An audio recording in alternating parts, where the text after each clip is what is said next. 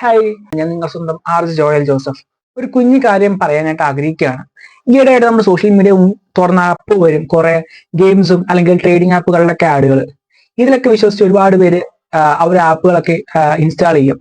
Install ചെയ്യുന്നതിന് കാരണം എന്താണെന്ന് വെച്ചാൽ ഇതൊക്കെ പ്രൊമോട്ട് ചെയ്യുന്നത് ജനങ്ങളെല്ലാം വിശ്വസിക്കുന്ന ഫിലിം ആക്ടേഴ്സും അല്ലെങ്കിൽ പബ്ലിക് ഫിഗേഴ്സും സോഷ്യൽ മീഡിയ ഇൻഫ്ലുവൻസേഴ്സും ആയിരിക്കും. ഇവരൊക്കെ വിശ്വസിച്ചുകൊണ്ട് ജനങ്ങൾ അത്തരത്തിലൊരു ഗെയിമുകൾ അല്ലെങ്കിൽ അങ്ങനത്തെ ട്രേഡിംഗ് ആപ്പുകളൊക്കെ ഇൻസ്റ്റാൾ ചെയ്യുകയും ആദ്യം കമ്പനികൾ ഡെമോ അക്കൗണ്ടിൽ അവരെ കൊണ്ട് പൈസ ട്രയൽ ചെയ്യിപ്പിച്ച് ഇടിപ്പിക്കും. അപ്പം ആ ഒരു ഡെമോ അക്കൗണ്ടിൽ അവർക്ക് ഡബിളും ത്രിബിളും വരെ കമ്പനികൾ കൊടുക്കും. ഇത് വിശ്വസിക്കുമ്പോൾ ജനങ്ങൾക്കൊരു ആവേശമാവും.